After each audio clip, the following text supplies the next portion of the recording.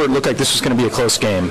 Then it got away. Why do you think it got away from you guys? There was some nice things offensively. Spread us out. We had a tough time with that pick and roll. Stoudemire was, taking the middle, and then Channing Frye was coming up high and knocking down shots.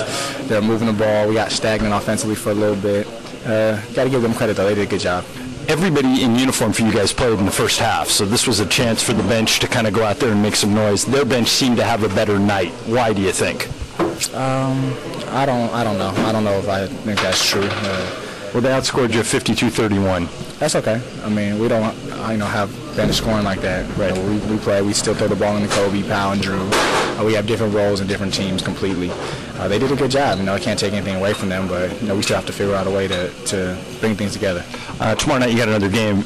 I'm curious what you do with this one. Do you talk about it on the way home, look at the tape, or do you just forget about it since you got another game in less than 24 hours? We still have to learn from it. I don't know, when. We might look at it when we have some time, but we definitely have to learn from it. They're going to be somebody who we may come up against in the playoffs and late in the season, and it's definitely something we have to address.